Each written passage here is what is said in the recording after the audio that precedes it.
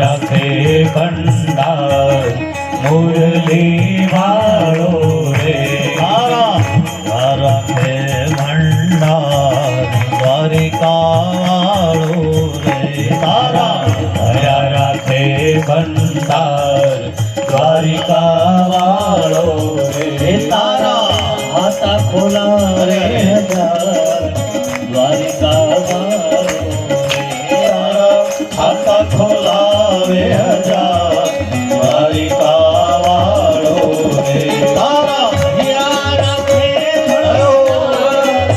મુરલી વાળો રે તારા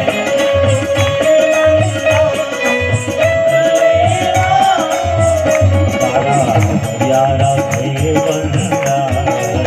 મુરલી વાળો તારા હિયા રાખે ભંડાર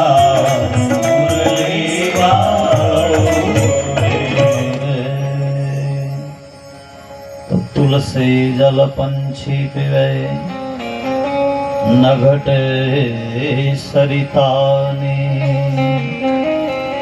दान करे धन ना घटे कारण તેને સહાય કરે રઘુવીર.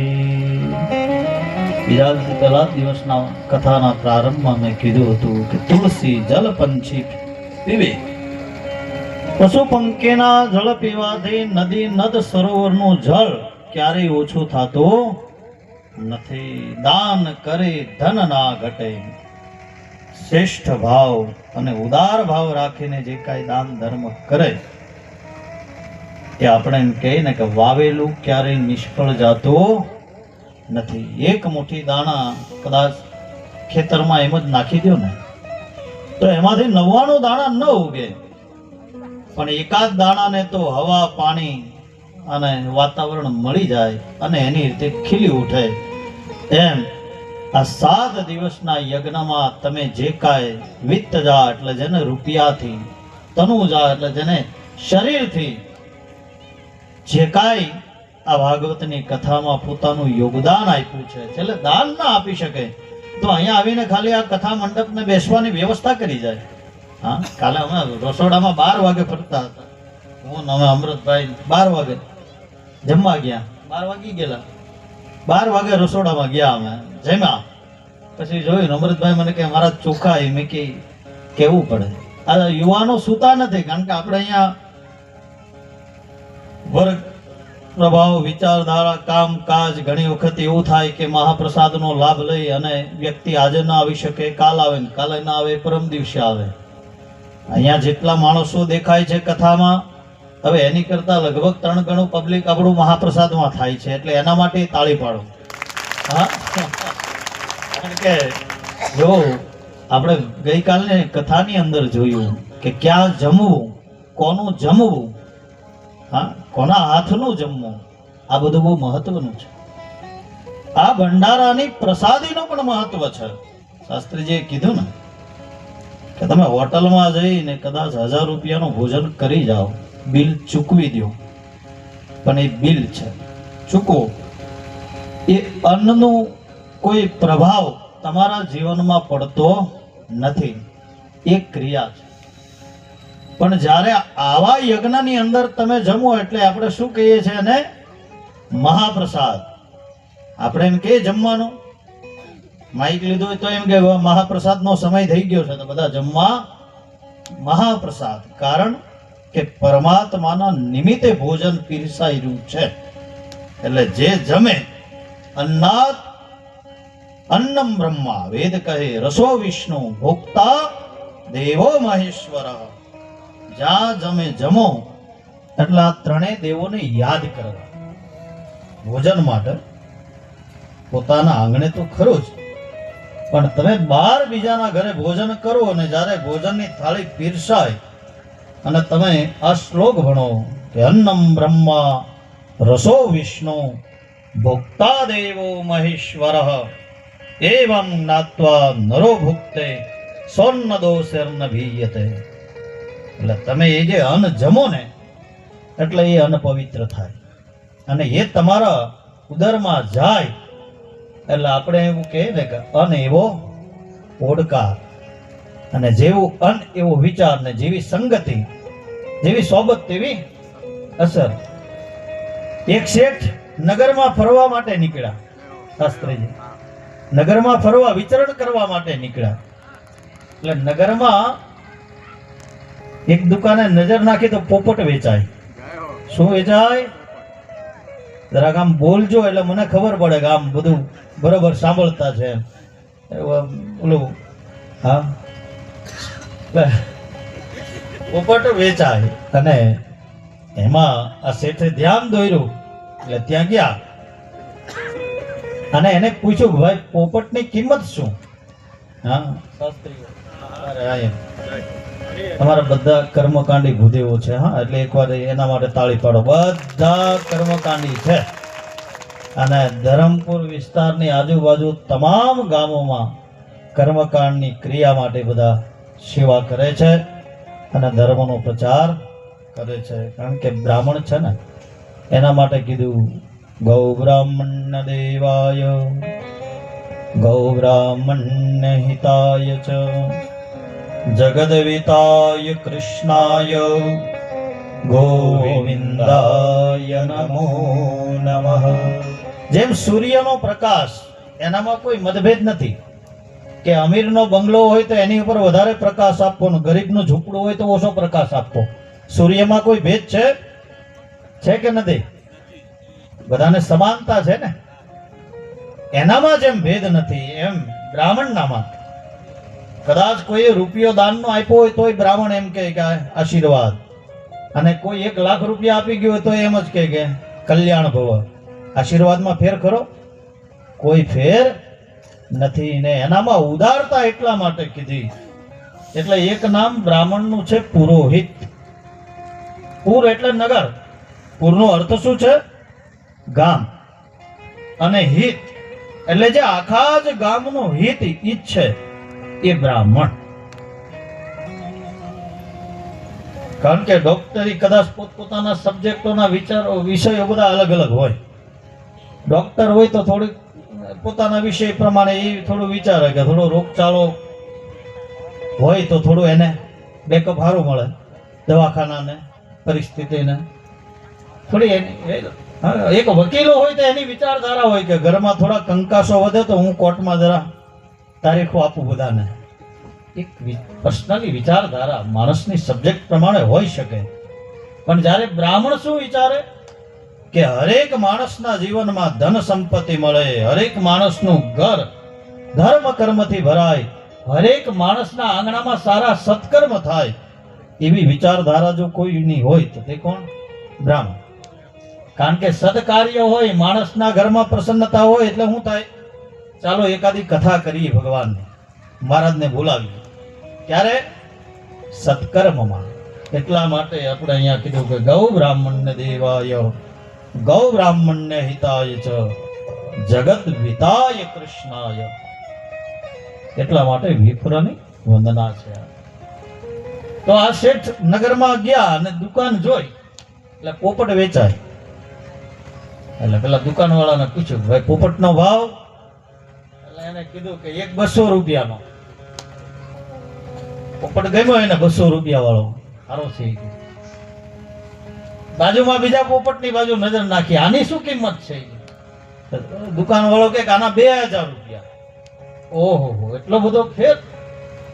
એટલે શેઠે કીધું કે રૂપ રંગ બધું સરખું છે બે પોપટમાં, પણ આના 200 રૂપિયા અને આના 2000 રૂપિયા શું કામ? દુકાન વાળો એમ કે શેઠ આજે 2000 રૂપિયા વાળો પોપટ છે ને એ તમને સવારમાં જગાડશે, તમને સારું સારું બોલશે, હા, અને તમને પ્રસન્ન રાખશે અને ક્યારેય ખોટું બોલશે નહીં. કે આ 200 રૂપિયા વાળો તો કે એમાં કઈ બહુ લેવાનું નથી. બોલો શેઠ એમ કે ચાલો અખોતરો કરું, જોઉં તો ખરો. એટલે 2000 રૂપિયા વાળો પોપટ લઈ અને પોતાના ઘરે ગયા અને રાત્રે પોતાના રૂમ પાસે પલંગમાં બાજુમાં ટેબલ ટેબલ ઉપર પાંજરું મૂક્યું. એ કે હવારે હું બોલે છે એ તો જો 2000 રૂપિયાનો છે. એટલે જેવું બ્રહ્મ મુહૂર્ત થયું, સવાર પડી એટલે પોપટ બોલ્યો, શેઠ જય શ્રી કૃષ્ણ, શુભ સવાર, ઉભા થાવ,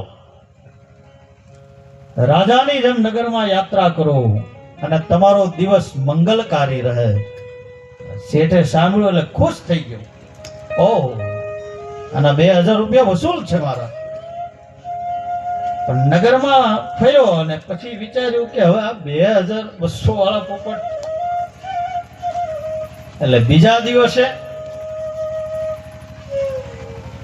શેઠે 200 વાળા પોપટને નજીક રાખ્યો, 2000 વાળાને વાર મૂક્યો કે આ શું કરે છે. તો જેવી સવાર પડી ને શેઠ ઊભા થયા, જોયું તો પોપટ હજુ ઊંઘતું હતું. એટલે શેઠે જોયું ને આશ્ચર્ય થયું કે આ એટલો સમય થયો ને હજી તું ઊંઘે છે. પોપટને ગઈ અને પોપટ જાગ્યો અને ન બોલવાનું બોલ્યો પોપટ. અને લગભગ શેઠને 7 પેઢી યાદ આવી ગઈ એવું બોલ્યો. હા, બધી આપણે ભાષામાં કહે ને બધું ઝઘડના એમ કે ને, ઝઘડી દીધા બરોબર, આવડે એટલું બોલ્યો. શેઠના મગજના તમરા સુકી ગયા કે આ પોપટ આવું. અને તલવાર કાઢી અને પોપટને પેલાની બાજુમાં લઈ ગયો ને મારવા માટે કે હવે તને મારી નાખું. ત્યાં પેલા 2000 વાળા પોપટે એમ કીધું કે શેઠ જવા દો, ક્ષમા કરો, એને છોડી દો. કે શું કામ? કે તને ખબર છે આને મને સવારમાં કેટલું કીધું, કેટલું ન બોલવાના શબ્દ બોલ્યો છે. બીજો પોપટ કહે કે શેઠ જે હોય તે, પણ હવે હું તમને કહું છું કે આ મારો ભાઈ છે. હા, આ અમારા બેનને ના સાથે જન્મ થયા છે. કે શું વાત કરો છો? કે હા, અમારા બંનેના સાથે જન્મ મારો ભાઈ જ છે, એને ન મારો. પછી એને પ્રશ્ન કર્યો કે આવું મતભેદ શું? પોપટે કીધું કે અમારો બંનેનો જન્મ સાથે છે, પણ હું જ્યાં ઘરમાં હતો ને ત્યાં નિત્ય સાધુ આવતા, સંતો આવતા, બ્રાહ્મણો આવતા, યજ્ઞ થતો, પૂજા થતી, પાઠ થતા, ભજન થતા. એટલે મારામાં એવા ગુણ આવ્યા છે.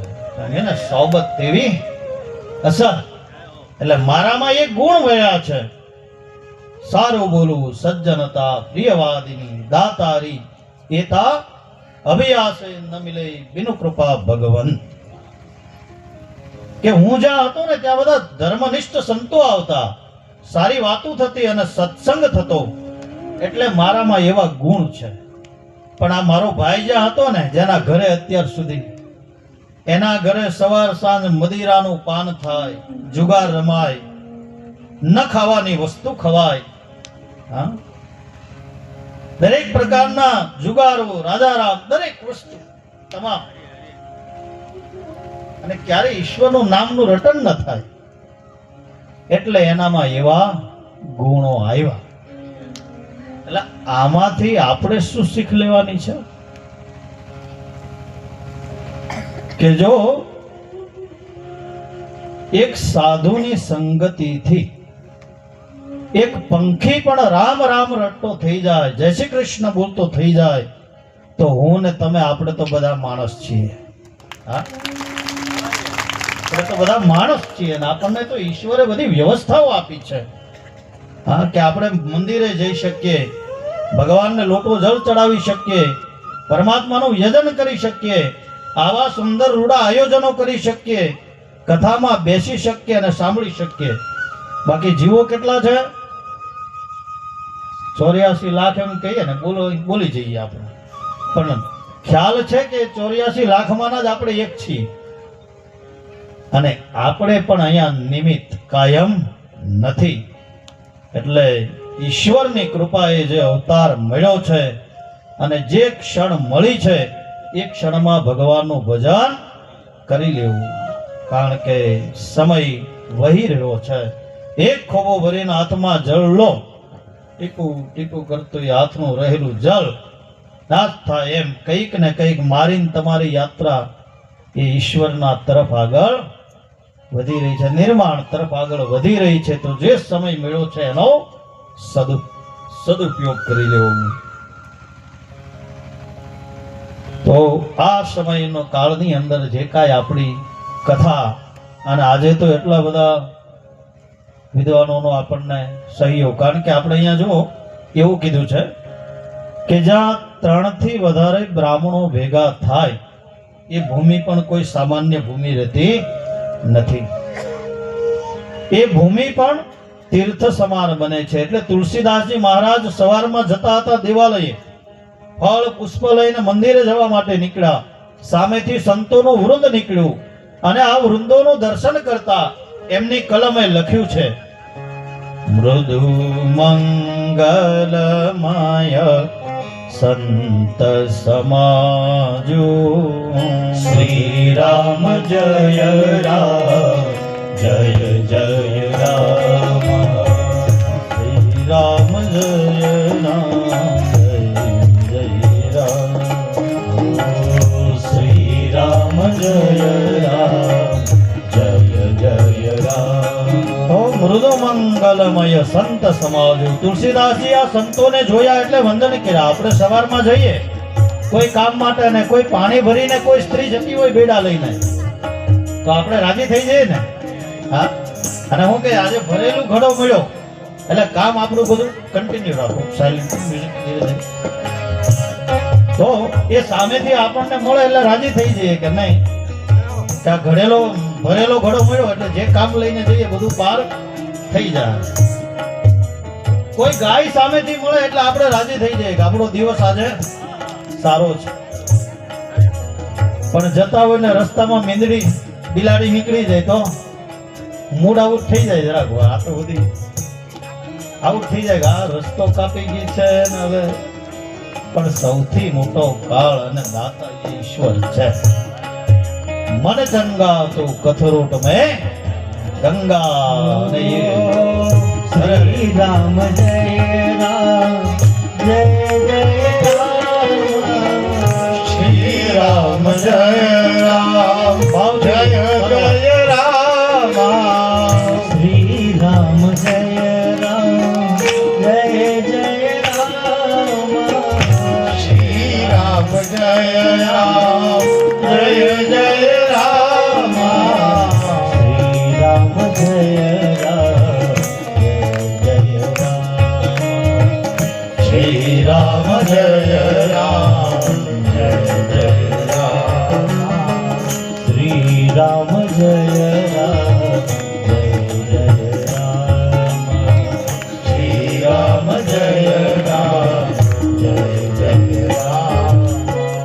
તો મૃદુ મંગલમય સંત જમાજો. તુલસીદાસજીએ સંતોના વૃંદને વંદન કર્યા. એમ 3 થી વધારે વિપ્ર સંત ભેગા થાય એટલે એ ભૂમિ તીર્થ સમાન બને ને. એટલા ભૂદેવો. આમ તો લગભગ મને તો બધા સાંભળો જ છો રોજ, અને આજે 5મો દિવસ છે એટલે આજે આમ તો મને થોડોક આરામ મળ્યો આજે, કારણ કે અમારે જિગ્નેશભાઈ અમારા બનેવી સુંદર અમને તે વક્તવ્ય આપ્યું, અને અમારા વડીલ ભીખુભાઈ ધરમપુરથી આવ્યા. આમ નીકળતા નથી બહુ, સાંજે 2-3 દિવસથી વાત થાય, પણ સામેથી આવ્યા. મને કે હું એક દિવસ તો આવીશ જ, કારણ કે તબિયત ને ઉંમર ને અવસ્થા હવે બધું રાત્રે કે સાહસ, પણ એમનો ભાવ એમનો પ્રેમ.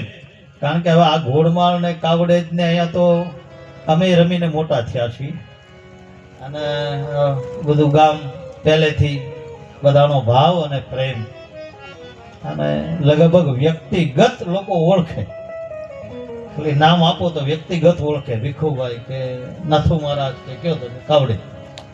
અને કહેવાનો હેતુ કે એવો બધાનો ભાવ આત્મીય, એટલા ઇતિહાસથી યાત્રા અહીંયા સુધી કાઢીને એ આવ્યા.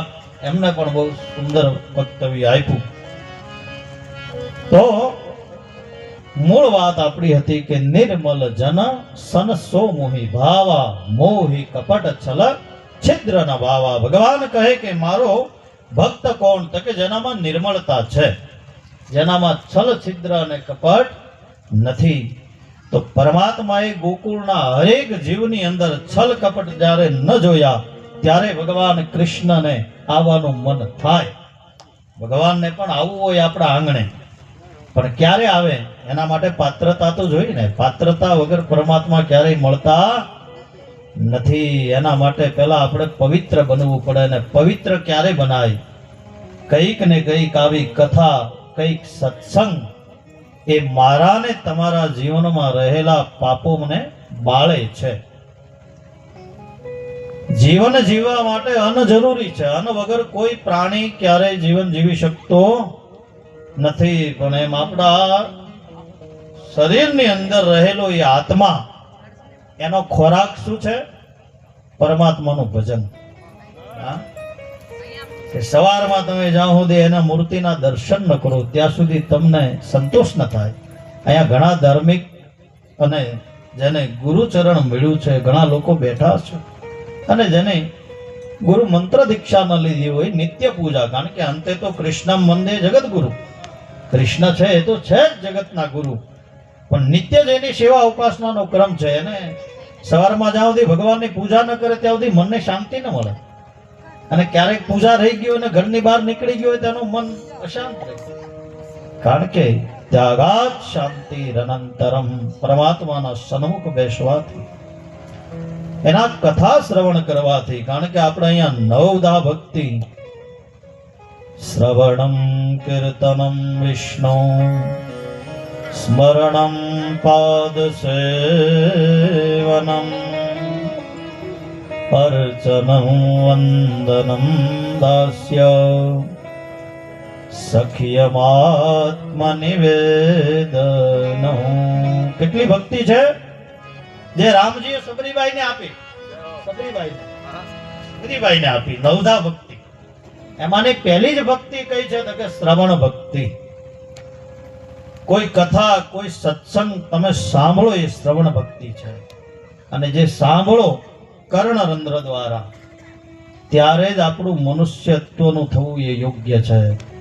એટલે રામચરિત માનસની અંદર તુલસીદાસજી કહે, जिन हरि कथा सुनई नहीं काना, श्री राम जय राम जय जय राम, सवर्णा सर्प ये भवन समाना, श्री राम जय राम जय जय राम.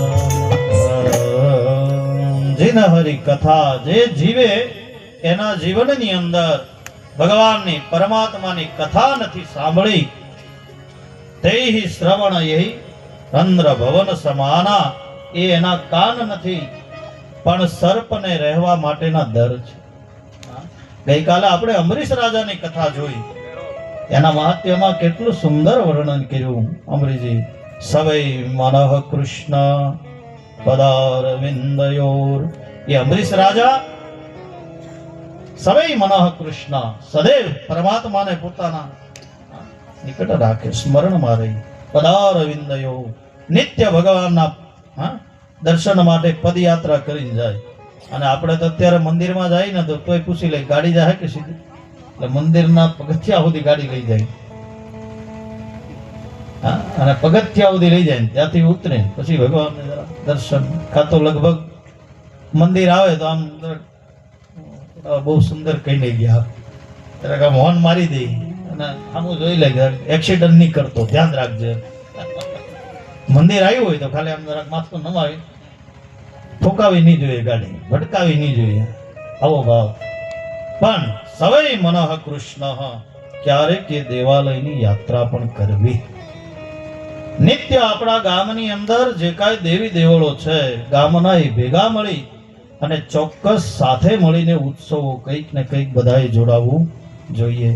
કારણ કે દેવ છે ને એ સર્વના છે, એમાં કોઈ વ્યક્તિગત બાબત રહેતી નથી. સંતુભાઈ તો બહુ સુંદર પહેલા જ દિવસથી બહુ જ સારી એમને બાબતો જણાવી અને એકદમ આપણા માહોલ પ્રમાણે પરિવારનું જીવન ચરિત્ર કેવું જોઈએ.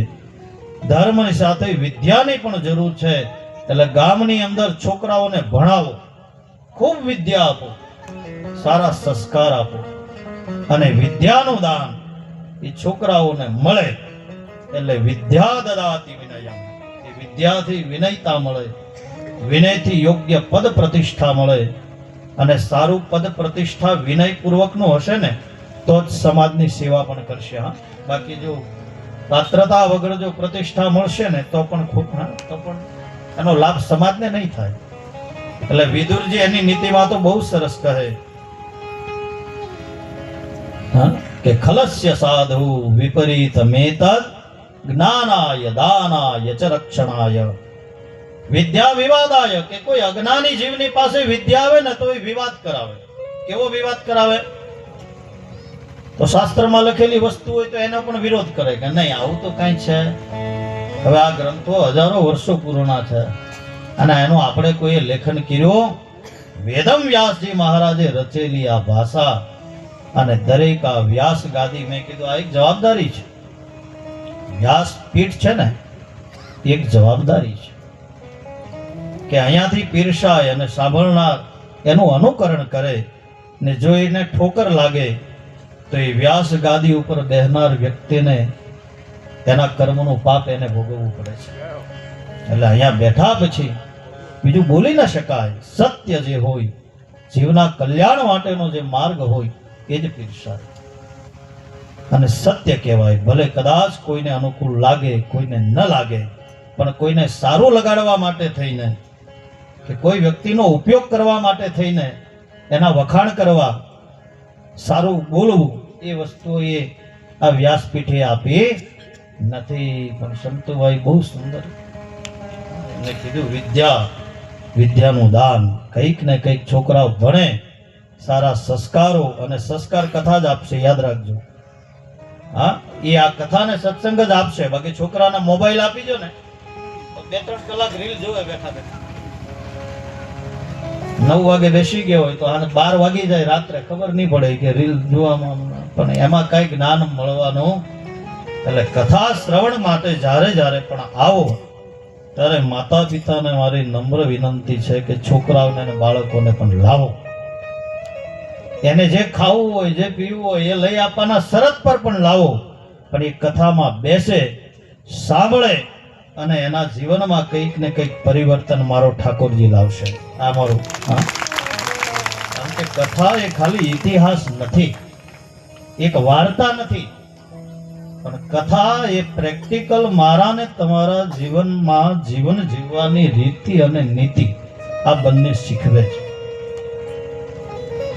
કારણ કે અત્યારે જે વાતાવરણ આપણે ઘરમાં જોઈએ છે, જે પરિવારોની અંદર વાતાવરણો જોઈએ છે, માણસ પોતાના ભાવ અને મોહ અને માયામાં બંધન, પોતાના દીકરાને વ્યવસ્થા બધી જ કરવી જ જોઈએ વ્યવસ્થા, પણ કંઈક ને કંઈક એને આવા સત્કર્મથી દૂર રાખે છે. થિયેટરમાં જવું હોય, બાગ બગીચામાં જવું હોય તો કે ચાલો દેવાલય, પણ એક એવો નિયમ બનાવો કે શનિ રવિ હોય તો જેમ તમે એના ફરવા માટે લઈ જાઓ એમ વીકલી અઠવાડિયાની અંદર એક એવો નિયમ પણ રાખો કે શનિ રવિ હોય તો દેવના દર્શને પણ જવું, પછી ગામનો બહારનો પણ દેવ દર્શને પણ જવું.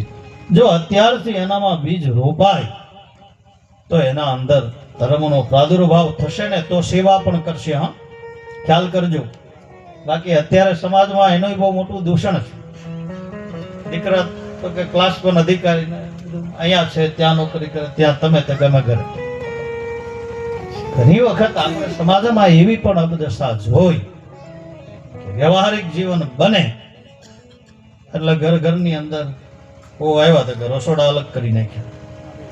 હા, આ સમાજનું દૂષણ નહીં તો બીજું શું? આ સંસ્કાર. એટલા માટે કથા જરૂરી છે.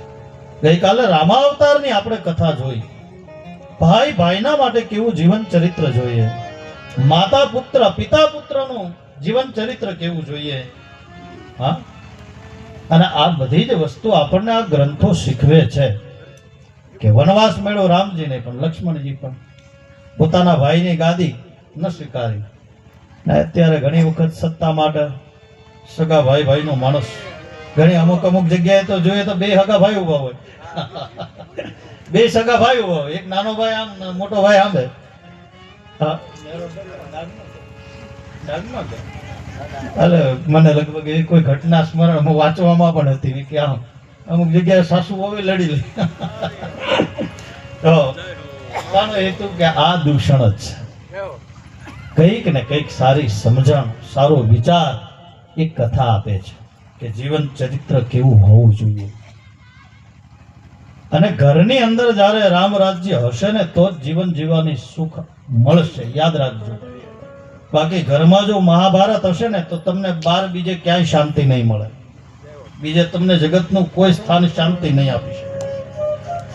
પણ એ ઘરની અંદર શાંતિની સ્થાપના કરવા માટે શું કરવું? તો કે કંઈક ને કંઈક આવી કથા, કઈ ભજન, કઈ કીર્તન, કઈ ઉપાસના તમારા ઘરની અંદર એ વાતાવરણ હશે તો જ સંતાનના જીવનમાં એ ગુણ આવશે. બાકી સંપત્તિ ગમે એટલી આપશો ને તેનાથી એ સેવા નહીં કરે. હા, એ સંપત્તિ સુધી સીમિત. આગળ નભગ રાજાની પણ કથા આવે છે આના અંદર, આ ભાગવતની અંદર. એની અંદર પણ આખો ઇતિહાસ એનું દર્શન છે. તો મૂળ વાત એ છે કે સત્સંગ, હા, કે એક પંખી પણ સાધુની સંગતિથી જો રામ રામ અને કૃષ્ણ કૃષ્ણ બોલતો થઈ જાય તો આપણને મનુષ્ય અવતાર મળ્યો છે, ચોક્કસ આપણે પણ કરી જઈએ. હા, આ શરીર રૂપી સાધનનું સુખ છે તો આ બધી વ્યવસ્થાનો આપણે લાભ લઈ શકીએ. આ અવતાર મળ્યો છે તો જ ઈચ્છા પ્રમાણે જીવી શકીએ ને. હા, એથી ઈચ્છા થાય, મેં કીધું એમ ધારો પ્રમાણે ઈચ્છા થાય કે આજે કોઈ સારું મૂવી છે, હા, કોઈ સારી જગ્યાએ જવું છે તો માણસ એ પ્લેસ સુધી દોડીને નીકળી જાય, ખરે આનંદ કરે. તો મૂળ ભાવ કે આપણને જે અવસર મળ્યો છે અને આ બધા જ ભૂદેવો આજે જે કંઈ પધાર્યા છે, બહુ બધાનો મારા ઉપર પ્રેમ અને અનુગ્રહ, એટલે સતત ફોન મને કરતા હતા, આવું છે આવું છે, કઈ કામ ને કઈ પ્રસંગોના હિસાબે આજે બધા જ આવ્યા. સૌનું સ્વાગત છે, પધારો. અને આ મંડળ વતી સૌનું સ્વાગત કરું છું. એકવાર બધાને તાળીઓથી બધા ભૂદેવો, કારણ કે આખો દિવસ કર્મકાંડ કરીને થાકે એટલે હાંજ પડે ને પછી બહુ ઓછું બહાર નીકળે, પણ છતાં પધાર્યા, એમનું સ્વાગત. તો હવે આપણે આગળ કથાની યાત્રામાં આગળ વધીએ એની પહેલા મૂળ વાત, ભગવાન ઠાકોરજી પધાર્યા છે એટલે ઠાકોરજીના સ્વાગતમાં આખું ગોકુળ પ્રસન્ન અને રાજી છે. 8મ અને 9મ 10મ આ ત્રણેય તિથિ ઉત્સવમાં ગઈ. શેમાં ગઈ છે? ઉત્સવમાં. 8મ 9મ, હા, 8મ એ જન્મ થયો ભગવાનનો, 9મ 10મ ની એકાદશી, 3 દિવસ ગોકુળમાં આનંદ ભયો. હું ભયો? હા, અને આખું જ ગોકુળ એક જ ભાવે બોલે છે, નંદ ઘેરા નંદ ભયો, જય કનૈયા લાલ કી. નંદ ઘેરા નંદ ભયો, જય કનૈયા લાલ કી. હાથ દિયો ઘોડા દિયો, દિયો પાલકી. હાથ દિયો ઘોડા દિયો, દિયો પાલકી. તો આખા જ ગોકુળની અંદર આનંદ છે, ઉત્સવ છે. અને આવા ઉત્સવની અંદર ભગવાન મહાદેવને જવાનું મન થયું. એટલે કૈલાસની અંદર ભગવાન મહાદેવ અવતાર કરી ઉતાવળ, કારણ કે મારો હરી માં ભવાની કહે પાર્વતી, પ્રભુ ક્યાં? તો કે હું જેનું ધ્યાન ધરું છું, હું જેનું સ્મરણ કરું છું, હું જેની સમાધિમાં છું એ મારા પણ ઈષ્ટ, મારા ભગવાન. માતાજી કહે કે બધા જ દેવોમાં તમે મહાદેવ છો, દેવોના પણ પ્રધાન, પ્રાઇમ મિનિસ્ટર, કે તમારા નીચે કોઈ છે નહીં. અને તમારા દેવ કોણ? તો કે દેવી. મારા દેવ ભગવાન શ્રી હરિ નારાયણ છે. હા, અને ભગવાનના 24 અવતારોની અંદર મૂળ બાળ લીલા, પરમાત્માનો એ મનુષ્ય દેહ ધારણ કરી પરમાત્મા લીલા માટે પધાર્યા છે. અને મારે પણ કૃષ્ણનું દર્શન કરવું છે. અને પણ હવે દર્શન કરવા જાય મહાદેવ, પણ ભગવાનની આઈડેન્ટિટી બધી ઓળખાણ વાળી મહાદેવની. એટલે ભગવાને એક જોગીનું રૂપ લીધું, એક સંન્યાસીનું રૂપ લીધું. અને ભગવાન મહાદેવ ગળામાં માળા નાખી અલખ નિરંજન ના નગારા ગોકુળમાં આવ્યા છે. જોગી આયા જય હો યશોદા કે ઘરે આયા ઓ આકે હક જગાયા ઓ सबसे बड़ा है तेरा नाम भोलेनाथ भोलेनाथ भोलेनाथ भोलेनाथ भोलेनाथ रमता जोगी आया नगरी में जोगी आया ओ सबसे बड़ा है तेरा नाम भोलेनाथ भोलेनाथ भोलेनाथ भोलेनाथ भोलेनाथ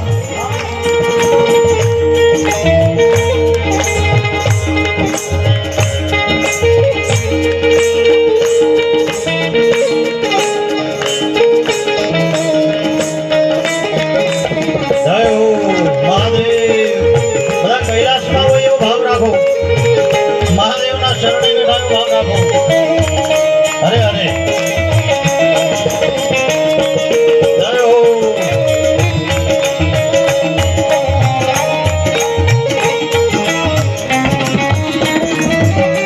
અંગુલ ગલે રુદ્રમાલા શેષનાગ લિપટાયો બાપો તિલક ભાર ચંદ્રમાન લખ જગાયો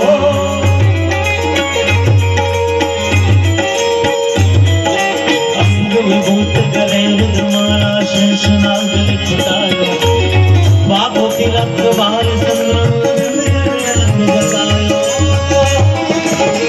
નગર में जोगी आया भेद कोई समझ ना आया वो आके हक जगाया ओ सबसे बड़ा है तेरा नाम भोलेनाथ भोलेनाथ भोलेनाथ भोलेनाथ भोलेनाथ ભગવાન મહાદેવ પધાર્યા છે ગોકુળમાં અને બધા જ ગોકુળના લોકો ભેગા થઈ ગયા કે સાધુ કોણ? ત્યારે એને જોયા નથી. અને ભગવાન પૂછે કે નંદ બાબાનું ઘર ક્યાં છે, નંદરાજજીનું ઘર ક્યાં છે? અને પૂછતા પૂછતા આવે એટલે ગોકુળના માણસે કીધું કે નંદરાજજીનું ઘર, નંદ બાબાનું ઘર આગળ છે. મહાદેવ ગયા નંદ બાબાના ઘરે, કારણ કે ભગવાન નારાયણના એ બાલ રૂપે પરમાત્માના દર્શન માટે આવ્યા છે. માં યશોદાજી ભગવાન કૃષ્ણને પોતાના ઓરડામાં પોતાના કક્ષની અંદર પરમાત્માને રમાડે છે અને મહાદેવ આંગણે આવ્યા અને ઊભા છે એટલે ગોપીએ ઘરમાં ગઈ. હા, એક ગોપી સખી અંદર ગઈ ને માતાજીને કીધું કે દેવી આંગણે કોઈ સાધુ આવ્યા છે, એને ખબર પડી છે કે આપણી ઘરે પુત્ર જન્મ થયો છે એટલે આપણે એને કઈ ભેટ આપવી જોઈએ. મા નંદરાણીએ કીધું કે ચાલો, અને થાળ ફેરો અને થાળ લઈને આપવા માટે આવે છે. બરાબર. ले भिक्षा निकली मदरानी हाथ धरायो जो जितना तो मिलाओ आसन पर पानी में डरायो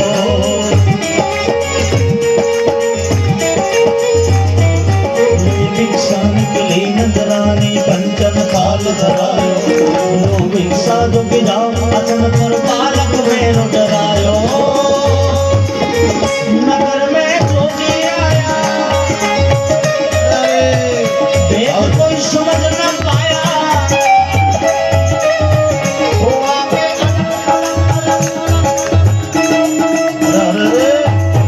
सबसे बड़ा है तेरा नाम भोलेनाथ भोलेनाथ भोलेनाथ भोलेनाथ भोलेनाथ भोलेनाथ ભગવાન મહાદેવ આંગણે આવીને ઊભા છે. માં યશોદાજી પધાર્યા છે થાળ આપવા માટે. મહાદેવ કહે કે મારે કાંઈ જોતું નથી, કે દેવી મારે કોઈ ધન સંપત્તિ જોતી, હું તો ભગવાન લાલાના દર્શન માટે આવ્યો છું દેવી. એટલે તમારું નામ શું? તો કે મારું નામ શિવશંકર. તમારું નામ? તો કે મારું નામ શિવશંકર. બરાબર છે કે દેવી આ કંચન થાળ બધી જ વસ્તુ તમને આપે છે, તમે લઈને નીકળી જાઓ, તમારું સ્વરૂપ અમંગળ છે. આ ગળામાં સર્પ બધી વિભૂતિ આ બધું જોશે અને લાલો બી ડરી જશે, બી જશે, એટલે બધા ના પાડે છે કે લાલો આવશે નહીં. ना चाहिए तेरी दौलत दुनिया, ये न चाहिए तेरी दौलत दुनिया और न कंचन माया. तेरे लाल का दर्श करा दे, मैं दर्शन को आया.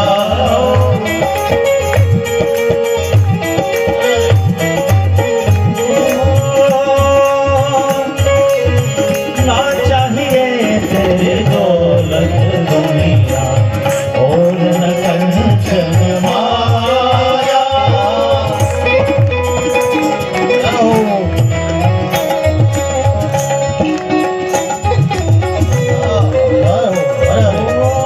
ना चाहिए तेरी दौलत दुनिया और न कंचन माया. तेरे लाल का दर्श करा दे, तेरे लाल का दर्श करा दे, तेरे लाल का दर्श करा दे, तेरे लाल का दर्श करा दे, मैं दर्शन को आया. ना चाहिए तेरी दौलत दुनिया और न कंचन माया. ना चाहिए तेरी दौलत दुनिया और न कंचन माया. तेरे लाल का दर्श करा दे, हर हर महादेव. नगर में जोगी आया, वेद कोई समझ न पाया, वो आगे बताया. सबसे बड़ा है तेरा नाम, तेरा नाम भोलेनाथ, भोलेनाथ, भोलेनाथ, भोलेनाथ, भोलेनाथ.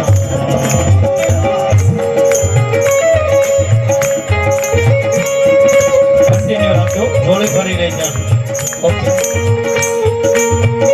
તો ભગવાન ગોકુળમાં પધાર્યા છે અને મહાદેવ ને ના પાડી કે કંચન થાળી મારે કાંઈ જોતું નથી ને મારે તો ઠાકોરજીના દર્શન કરવાના છે. બહેનોને વિનંતી છે પધારો. તો ગોકુળની અંદર ભગવાન અલખ નિરંજનની સાથે, અચ્છા વાહ વાહ, ઓ ઇન્દ્રજભાઈ બોલો, સારું ચાલો.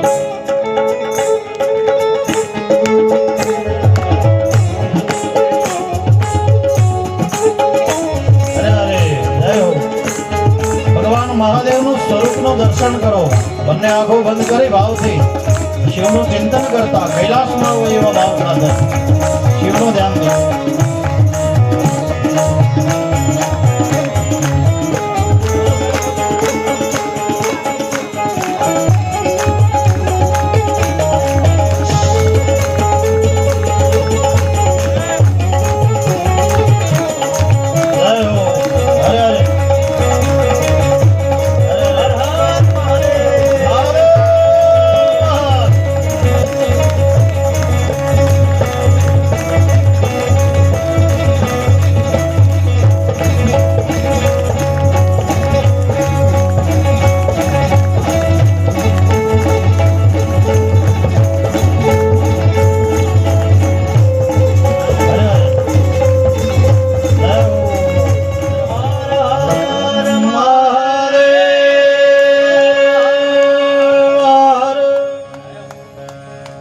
તો મહાદેવજી ક્યાં પધાર્યા છે? ભજનના તાલમાં ભૂલી નથી ગયા ને? ક્યાં આવ્યા મહાદેવ? ગોકુળમાં. વાહ, બહેનો કેમ બોલતા તમે પાછા? આજે તમને પેલું કરાવવાનું તો છે ભાઈ, એનો પેલું ટાઈમ રહે કે નહીં રહે એવું નહીં રાખતા. તમને નચાવવાનો તો છે જ અમારા ગરબા, અમારા ધ્યાનમાં છે, ચિંતા ન કરતા તમે, બરોબર? એટલે જરાક બોલજો. તો ક્યાં આવ્યા ભગવાન મહાદેવ? ગોકુળની અંદર પધાર્યા છે. માં યશોદાની દાસીઓએ ઘણી પ્રકારની વસ્તુ આપવાનો પ્રયત્ન કર્યો. મહાદેવ કહે કે હું લાલાના દર્શન માટે આવ્યો છું. અંદર ભગવાન કૃષ્ણ વિચાર કરે, બાલ્ય રૂપ પરમાત્મા વિચાર કરે કે જો હું બહાર નહીં જાઉં ને તો મહાદેવને ખોટું લાગશે, કારણ કે દર્શન કરવા કૈલાસથી અહીંયા આવ્યા છે અને હું ઘરમાં છું. એટલે ભગવાન કૃષ્ણએ લીલા કરી, ભગવાન રડવા લાગ્યા. એટલે પેલી માં યશોદાજી ગભરાય કે કાનો હમણાં રમતો તો આ લાલા રડે છે શું કામ? હા, એટલે પોતાની એક દાસીને કીધું કે આ લાલો હમણાં રમતો હારો, તો કે દેવમયી આજે સાધુ આવ્યા છે બાવાજી. એ બાવો જે બેઠો છે ને બહાર, એ જેમ જેમ માળા ફેરવે ને એટલે આપણો આ કાનો રડે છે. એટલે માતાજી ગભરાયા કે આ સાધુ અને આપણા લાલાને કઈ કરી દેશે, આપણે કહે ને આપણી ભાષામાં નજર લાગી, નજર આવી જાય કે આ સાધુ જેમ જેમ માળા ફરાવે એમ આપણો કાનો રડે છે. અંતે ભગવાને વિચાર કર્યો કે હરિદર્શન માટે આવ્યા છે હરિહર. હા, છેલ્લે આપણે કથાના મહાત્મ્યમાં કીધું કે શિવ દોહી મમ દાસ કહાવા. ભગવાન રામ કહે કે હું શિવનું ધ્યાન ધરું, શિવ કહે કે હું રામનું ધ્યાન ધરું છું. અને આવું પવિત્ર હરિહરનું સંગમ ભગવાન નારાયણે વિચાર કર્યો અને લીલા કરી. માતાની મતિ બદલી, બુદ્ધિ બદલી. એટલે માં યશોદાજીએ બહાર નીકળીને મહાદેવને કીધું કે મહારાજ તમે જ્યોતિષ જાણો છો? હું કીધું જ્યોતિષ જાણો છો? અને મહાદેવ કહે કે હવે મારું કામ થઈ ગયું. હા, માતાજીને કીધું કે દેવી મારો મૂળ વિષય જ જ્યોતિષ બની છે.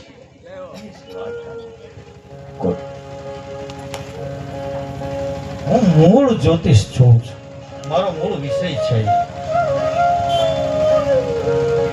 માતાજીની બુદ્ધિ બદલી તો માતાજીએ કીધું કે એક કામ કરો, અમારા લાલાની જરા હસ્તે રેખા જુઓ કે એના ભાગ્યમાં કેવું સુખ છે, કેવી શાંતિ છે, કેવું ઐશ્વર્ય છે, બધું જણાવો. તો કે એમના હા તમે લાવો લાલાને, એટલે હું એનું ભવિષ્ય કથન કરું. ને જેવા માં લાલાને લઈને આવ્યા, મહાદેવે ભગવાનને ઉચકી લીધા. પરમાનંદ ભયો ભગવાન મહાદેવ રાજી વિના કે ભગવાનને હું બાલ્ય રૂપ, આ બધી પરમાત્માની લીલા. મહાદેવ અને નારાયણને લાલાને લઈ અને બહાર નીકળ્યા નગરની. અને ભગવાનને જોઈ ભગવાન શિવ નાચે છે. અને આજુબાજુ રહેલા બધા જ ગોપાળો, ગોકુળના બધા જન ભેગા થયા. શું થયું શું થયું? બધે સમાચાર થઈ તો કે આંગણામાં કોઈ સાધુ આવ્યો છે અને આપણા લાલાને લઈને ખૂબ નાચે છે. અને ત્યાં વાત ધીરે ધીરે ગામને પાદરે પહોંચે. એટલે નંદ બાબા જ્યાં કામ કરતા કોઈએ કીધું કે તમારા આંગણામાં પરમાનંદ વયો છે. અને જ્યાં નંદ બાબા પોતાના દ્વારમાં આવીને જોવે ત્યાં તો આખું ગામ નાચે છે. નંદ ઘેરા નંદ ભયો જય કનૈયા લાલ કી. નંદ ઘેરા નંદ ભયો જય કનૈયા લાલ કી. નંદ ઘેરા નંદ ભયો જય કનૈયા લાલ કી. નંદ ઘેરા નંદ ભયો જય કનૈયા લાલ કી. એટલે ત્યાં એમણે જોયું અને પોતાના બારોને બોલાવ્યા કે હવે ગામમાં તપાસ કરો કે આપણા ઉત્સવમાં કોણ કોણ નથી અહીંયા. એટલે એક દ્વારપાળ કીધું નંદ બાબાને કે મહારાજ જે પગથી અપંગ છે એવા લોકો આવ્યા નથી, અને જે આંખે નથી જોઈ શકતા એવા અંધ લોકો નથી આવ્યા, અને જે અમુક લોકો નથી આવ્યા એ પોતાના પદ પ્રતિષ્ઠાના માટે અમને આમંત્રણ નથી. ને હકીકત ભગવાનના ભજનમાં આમંત્રણની રાહ જોવાય નહીં. આ કથા છે એ કેવી છે? સર્વજન હિતાય. આની અંદર કોઈનું આમંત્રણ આપ્યું ના આપ્યું જો એવો દમ રાખે ને તો એ દંભી છે, એ જીવ અભાગી છે. સુધજી કહે કે કથા થતી હોય ત્યાં પરમાત્મા જેમ દોડીને જાય છે એમ જીવે પણ પહોંચવું પોતાના કલ્યાણ. પણ હોય ને આમંત્રણ ન હોય તો અમને આમંત્રણ નથી એટલે નથી જવું. પણ ઈશ્વરીય કામમાં સત્કાર્યની અંદર ક્યારેય માન અપમાન ન થવું. હા, આ કથામાં એટલા માટે જ આપણે આવકારીએ ને કહીએ છીએ કે સમસ્ત ગામ, કોઈ વ્યક્તિ વિશેષ નહીં. કથાનો નિયમ છે કે આયોજનમાં જે તે વ્યક્તિ નિમિત્ત હોઈ શકે, પણ સમસ્ત બધાનો જ સાથ, હા, અને બધાના જ દ્વારા આવું દિવ્ય કામ થાય. અને આ બધા યુવાનો અમારે સેવા જે કાંઈ કરે છે નિત્ય કરે. કોઈ પણ હું ફોન કરું એટલે લગભગ તરત મને કોઈ પણ વસ્તુ મેં કીધી ફોનમાં એટલે ઇન્સ્ટા કઈ નહીં થઈ જાય, આનું આમ કે થઈ જાય. જીતુ ને અમારો મહેન્દ્ર કોઈ પણ કામ કયો એટલે થઈ જાય. તો કહેવાનો હેતુ કે કથા એ સર્વભૌમ હિતાય છે. અને કથા માત્ર કથાનું સ્થાન મંડપ નહીં, પણ આ શું છે? કથા મંદિર છે. કથા મંદિર છે. અહીંયાથી જ્યાં જ્યાં પણ એનો અવાજ પડે, ચર અને અચર, આ બધી જ વસ્તુઓને મુક્તિ મળે છે. અને કોઈ અદ્રશ્ય શક્તિ કદાચ ફરતી હોય ને તો એ આ કથાના સ્થાનમાંથી એને મોક્ષ મળી જાય, એને મુક્તિ મળી જાય એવું સ્થાન છે. એટલું પુણ્ય કથાનું છે. તો નંદજી આવીને જોયું તો આખું જ ગામ ઉત્સવ મનાવે છે. ઉત્સવ પૂર્ણ થયો છે. અને આ બાજુ કોઈ કંસને જઈને સમાચાર આપ્યા કે તમારો જે કાળ છે ને એ જન્મી ચૂક્યો છે. ક્યાં? તો કે ગોકુળમાં. અને નંદ બાબાના ઘરે જે છે એ તમારો દેવકી અને વસુદેવનું 8મું સંતાન છે. હા, અને તમારા હાથમાં જે છૂટીને ગઈ માયા દેવી, એ અવતાર, એ માયા જે યશોદાનું સંતાન છે. સમાચાર મળ્યા અને કંસે વિચાર કરવા લાગ્યો કે હવે મારે એનો વધ કેમ કરવો. ત્યાં એની ભગીની આવે છે, બેન આવે છે, પૂતના પધારી છે. અને પૂતનાજી આવ્યા છે. વલગુ સ્મિતાંગ પાંગ વિસર્ગ કક્ષિતે મનોહરંતેમ વનિતામ રજોકસામ અમો સતાંભો જકરે રૂપિણી. હરે હરે. ગોપ્ય શ્રિયમ દ્રષ્ટુમિવાંગતામ પતે. પૂતના આવી અને કંસે કીધું કે મારો કાળ જન્મી ચૂક્યો છે. અને પૂતના કહે ચિંતા ન કરો. પોતાના સ્તનની અંદર હળાહળ વિષ લઈ અને ગોકુળમાં પહોંચે છે. પણ કેવું સ્વરૂપ લીધું? મનોહરંતિમ. અહીંયા લખ્યું છે કે વનિતામ બ્રજૌકસામ.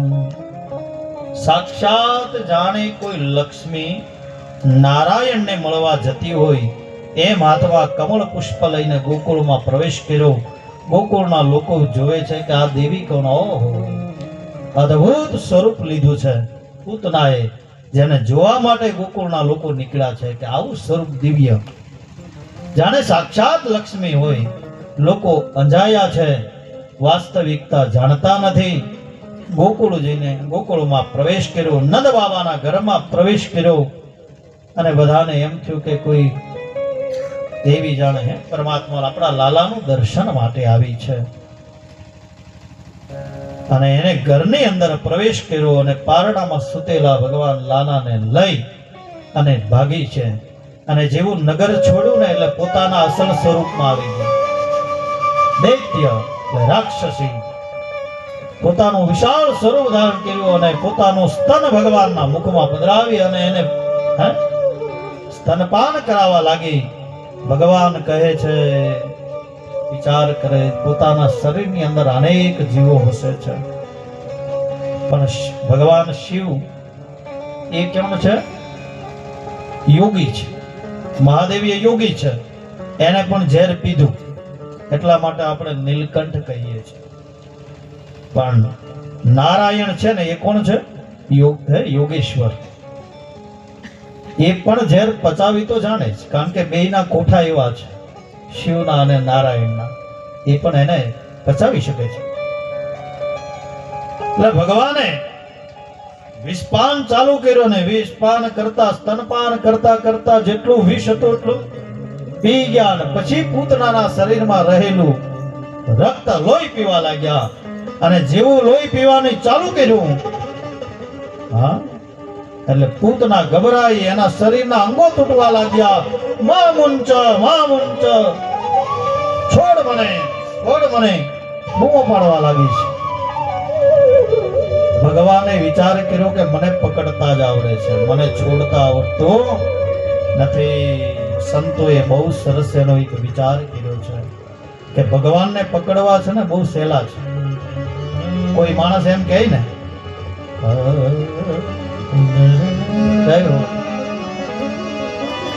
ભગવાનને પકડવા બહુ સહેલા છે. કોઈ એમ કહે ને કે આ દેવાલય ત્યાં તમે જાઓ એટલે તમારી બધી મનોકામના પૂરી થાય. એટલે માણસ તરત જાય, પગે લાગે, પોતાનું કામ થઈ જાય એટલે સંતોષ થઈ જાય કે મારું કામ થઈ ગયું, ઘરે આવી જાય. પણ બીજી વખત પાછો વિચારે કે હવે આ કામ થઈ જવું જોઈએ, પાછો દર્શન કરવા જાય અને જો કામ ન થાય ને ત્રીજી વખત મંદિર બદલી નાખે. દેવી શક્તિ એક જ છે, સમજો. તમે ગામમાં માતાજીની અંબાની મૂર્તિ હશે એ પણ એ જ છે, અને અહીંથી તમે આબુ જાઓ ને તોય માતાજી તો એક જ છે. તમારી શ્રદ્ધા, આપણો ભાવ શ્રેષ્ઠ હોવો જોઈએ. બધા જ દેવ તત્વ શક્તિ સમર્થ છે, પણ ગામનું મંદિર માતાજી નું હોય તો લોકો નવરાત્રીમાં પોતું મારવા જાય માણસ, અને નવરાત્રી ઉત્સવ કરવાનો હોય, 9 દી રમી એમ, ત્યારે સાફ સફાઈ કરે. ને અહીંથી અંબાજી સુધી પહોંચ્યો હોય તો 5 કલાક લાઈનમાં ઉભા રહી કે નહીં મેળ પડે, 5 કલાક સુધી સહન કરે. એટલી ત્રસ્તી બેઠે ને માં અંબાજી કહે કે હું તારા ગામમાં છું, ત્યારે ક્યાંય મને મળવા આવ. હનુમાનજી એમ કહે કે હું અહીં સાળંગપુરમાં નથી, હું ગામમાં છું, ક્યારેક મને મળવા આવ. હા, કહેવાનો હેતુ હરિવ્યાપક સર્વત્ર સમા પ્રેમ સે પ્રગટ ભય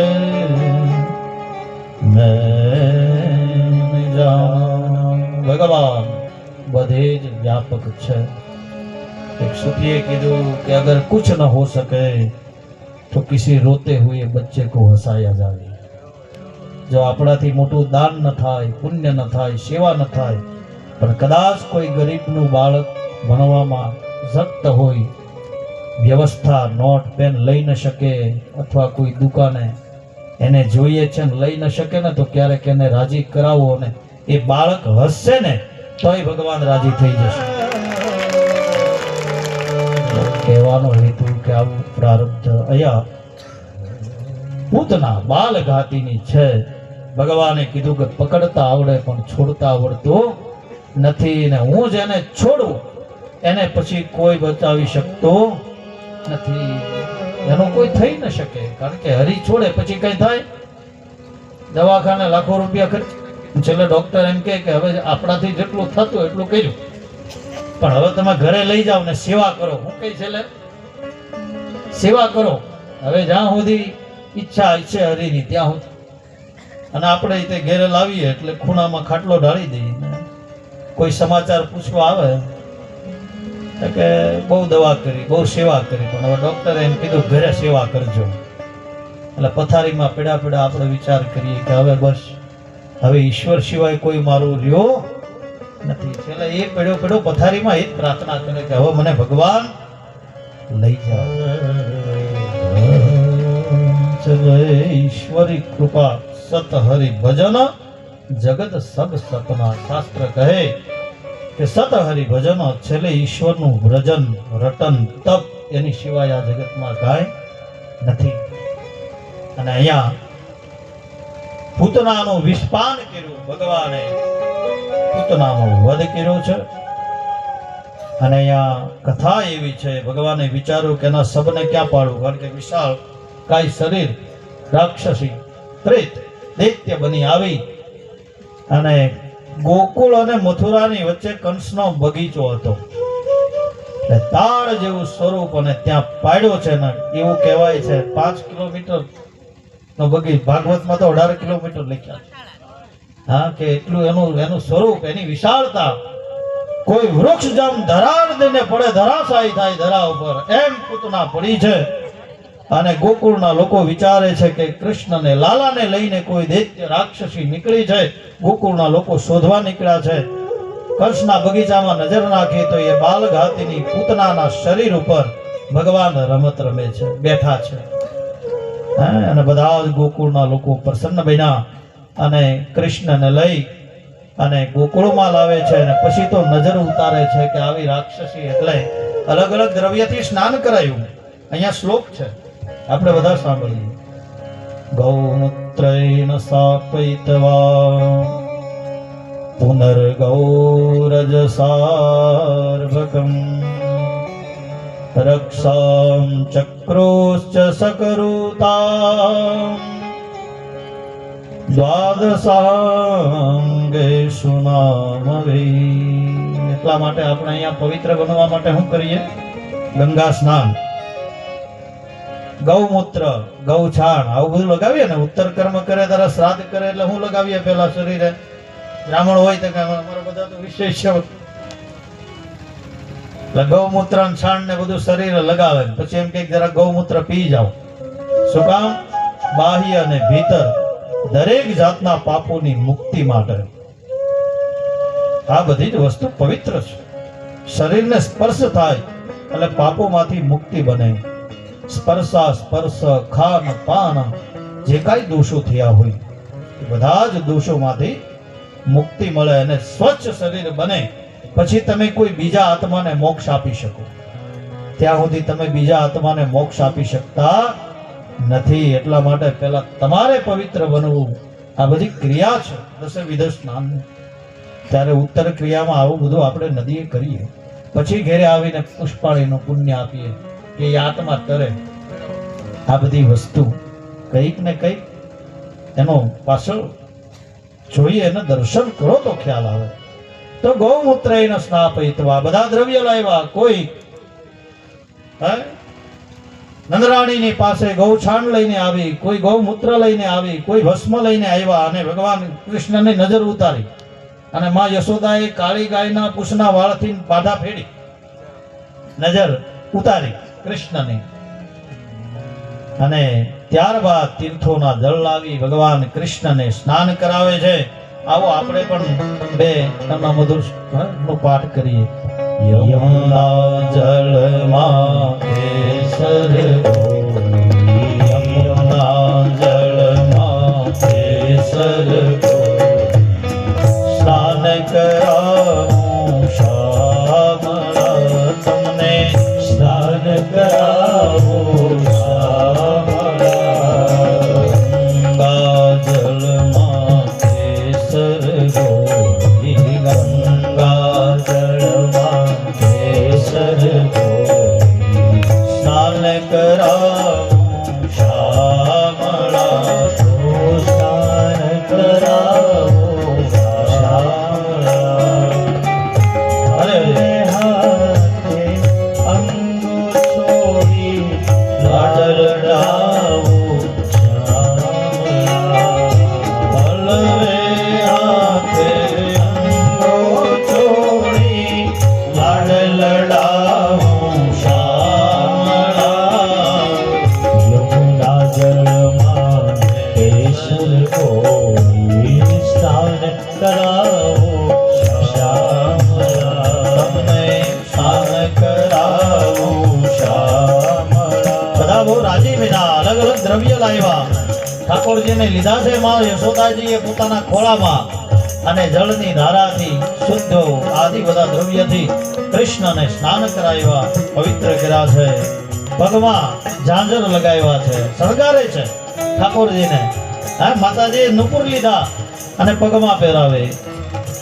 પગમાં ઝાંઝર ચમ ચમ વાગે, વાગે ગળવાલમાં. પગમાં ઝાંઝર ચમ ચમ વાગે, કર્મ કુંડલ કાનમાં. નજર ન લાગે મારા શ્યામ સુંદરને, નજર ન લાગે મારા શ્યામ સુંદરને. તપકા કરી દઉં ગાલમાં, તપકા જળમાં રે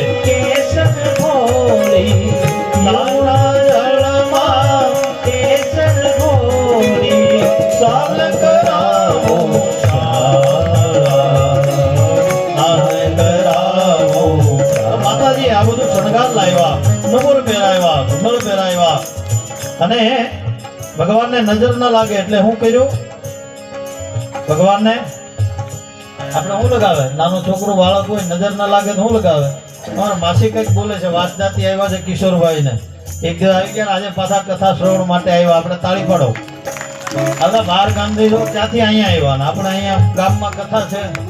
હા, કહેવાનો મૂળ ભાવ કે ભારતીય લોકો આવીને લાભ લે છે. આપણું ગામ ભાગ્યશાળી ને. હા, તો એમનું સ્વાગત કિશોરભાઈ કથા શ્રવણ માટે આવ્યા.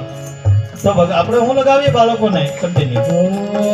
કુમકુમ કેરો તિલક સજાવો પ્રીતમ તારા ભાઈમાં. કુમકુમ કેરો તિલક સજાવો પ્રીતમ તારા ભાલમાં.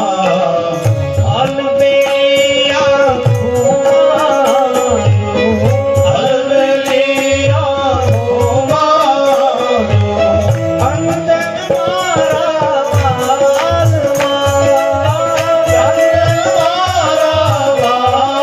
વાલમાં. યમુના જળમાં કેસર ઘોડી યમુના જળમાં કેસર ઘોડી સ્નાન કરાવું શામળા. સ્નાન કરાવું શામળા. હસતી જાઓ વાટે ઘાટે નાચ્યો તાલમાં હસતી જાઓ વાટે ઘાટે નાચી ઉઠું તાલમાં. હસતી જાઓ વાટે ઘાટે નાચ્યો તાલમાં. હસતી જાઓ વાટે ઘાટે નાચી ઉઠું તાલમાં. નજર ન લાગે મારા શ્યામ સુંદરને. નજર ન લાગે મારા શ્યામ સુંદર હો. નજર ન લાગે મારા શ્યામ સુંદરને. નજર ન લાગે મારા શ્યામ સુંદર ને. ટપકા કરી દઉં ગાલમાં. ટપકા કરી દઉં ગાલમાં. યમુના જળમાં કેસર ઘોડી. યમુના જળમાં કેસર ઘોડી સ્નાન કરાવું શ્યામળા. સ્નાન કરાવું શામળા. તો આવા બધા તીર્થોના જળથી ઠાકોરજીને સ્નાન કરાવ્યા, સજાવ્યા ભગવાનને.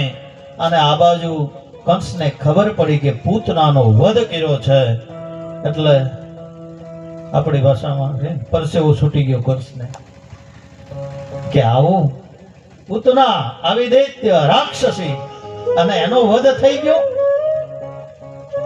આ સાક્ષાત હરિનો અવતાર, પણ હવે એનો વધ કેમ કરવો વિચાર કરવા લાગ્યો છે.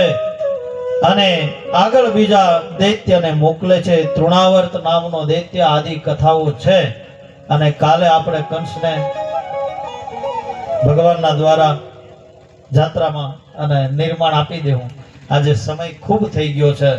બધા મહેમાનો ઘણા આવ્યા હતા અને બિલકુલ 11:30 નો જેવો સમય થવા આવ્યો છે.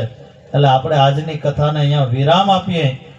હા, અને એની પશ્ચાત 10-15 મિનિટ માટે ભગવાન ગોકુળમાં જેમ નંદભેર મહાદેવે જેમ કર્યો એમ આપણે પણ ભાવથી ગોકુળમાં છીએ એવો ભાવ રાખીને એક રાસ, કારણ કે રાસનો બહુ મહત્વ છે, રાસોત્સવ છે. અહીંયા ભાગવતની અંદર એવું કીધું છે કે ભગવાનના જે રાસોત્સવના 5 અધ્યાય છે એ મોક્ષ અધ્યાય છે. અને કથા મંડપમાં એ રાસોત્સવ રૂપે જે કાંઈ ભ્રમણ કરે એને ગોકુળ અને મથુરાનું પુણ્યફળ મળે છે. એટલા માટે આપણે બધાએ લાભ લેવાનો છે. અને રાસ રમી ત્યારબાદ આરતી, અને કાલે આપણે બાકીના ઉત્સવ અને કંસની કથા એને આગળ મુક્તિનો પંથ અત્યારે એને ચિંતામાં રહેવા દો.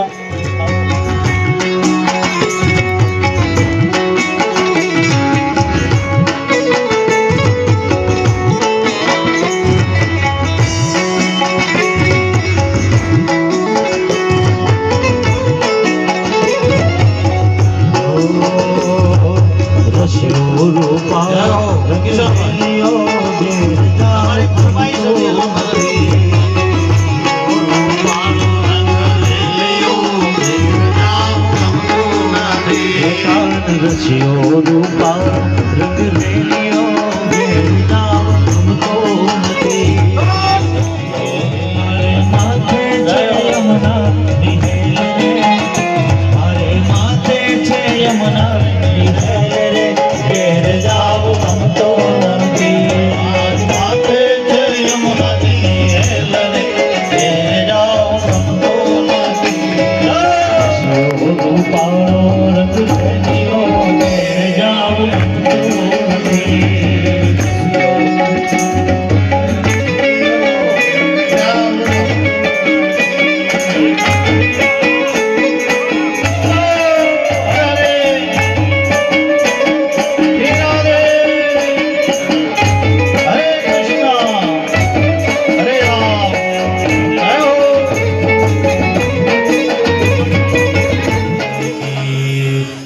पवन सुत हनुमान की, राजा रामचंद्र भगवान की जय। हे दीवड़ा जगमग जगमग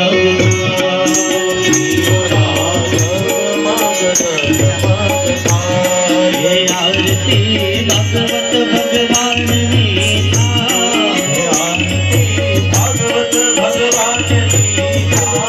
हे दीवड़ा जगमग जगमग थाय, दीवड़ा जगमग जगमग थाय। हे प्रभु અમે લાવ્યા છે બાજટની જો, હે પ્રભુ અમે લાવ્યા છે બાજટની જો।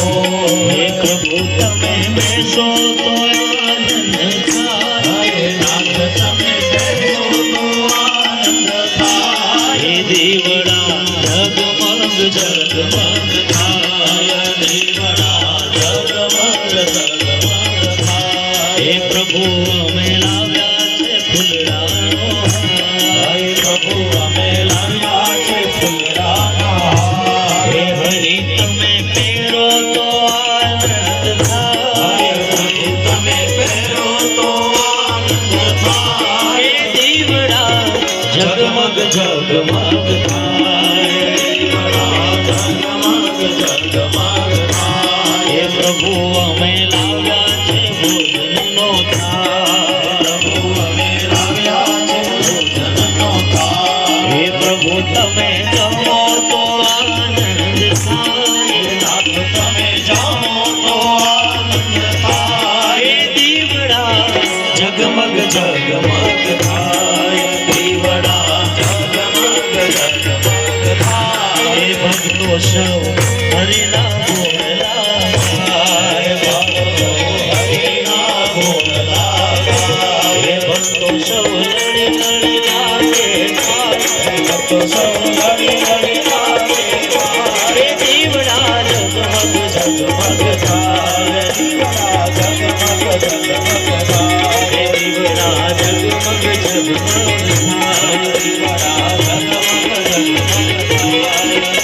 હે કપૂર ગૌરમ કરુણાવતારમ, સંસાર સારમ ભુજગેન્દ્રહારમ, સદા વસંતમ હૃદયારવિંદે, ભવમ ભવાની શૈલમ નમામિ।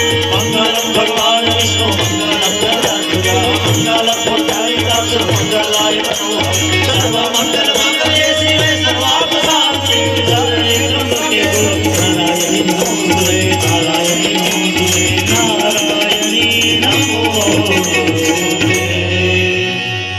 भागवत भगवान की जय। कृष्ण कन्हैया लाल की।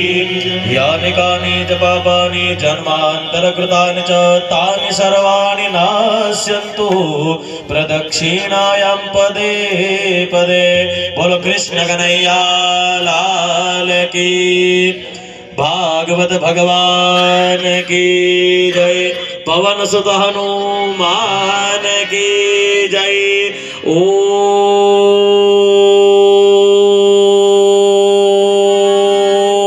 नमः पार्वती पतये। हर हर महादेव।